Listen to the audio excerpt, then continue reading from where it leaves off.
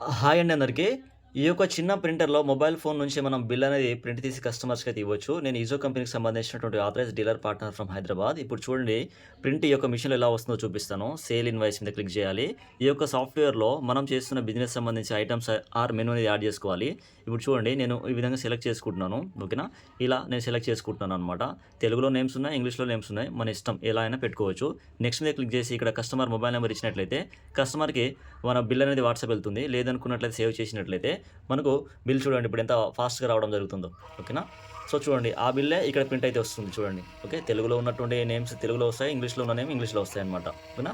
So, ఈ విధంగా వస్తుంది. మన లోగో వస్తుంది. క్యూఆర్ కోడ్ వస్తుంది. ఈ క్యూఆర్ కోడ్ స్కాన్ చేసుకొని పేమెంట్ చేయమని చెప్పేసి మనం కస్టమర్స్‌కైతే చెప్పొచ్చు. ఓకేనా? ఈ విధంగా చెప్పేసి కస్టమర్స్‌కైతే మనం ఇవ్వొచ్చన్నమాట.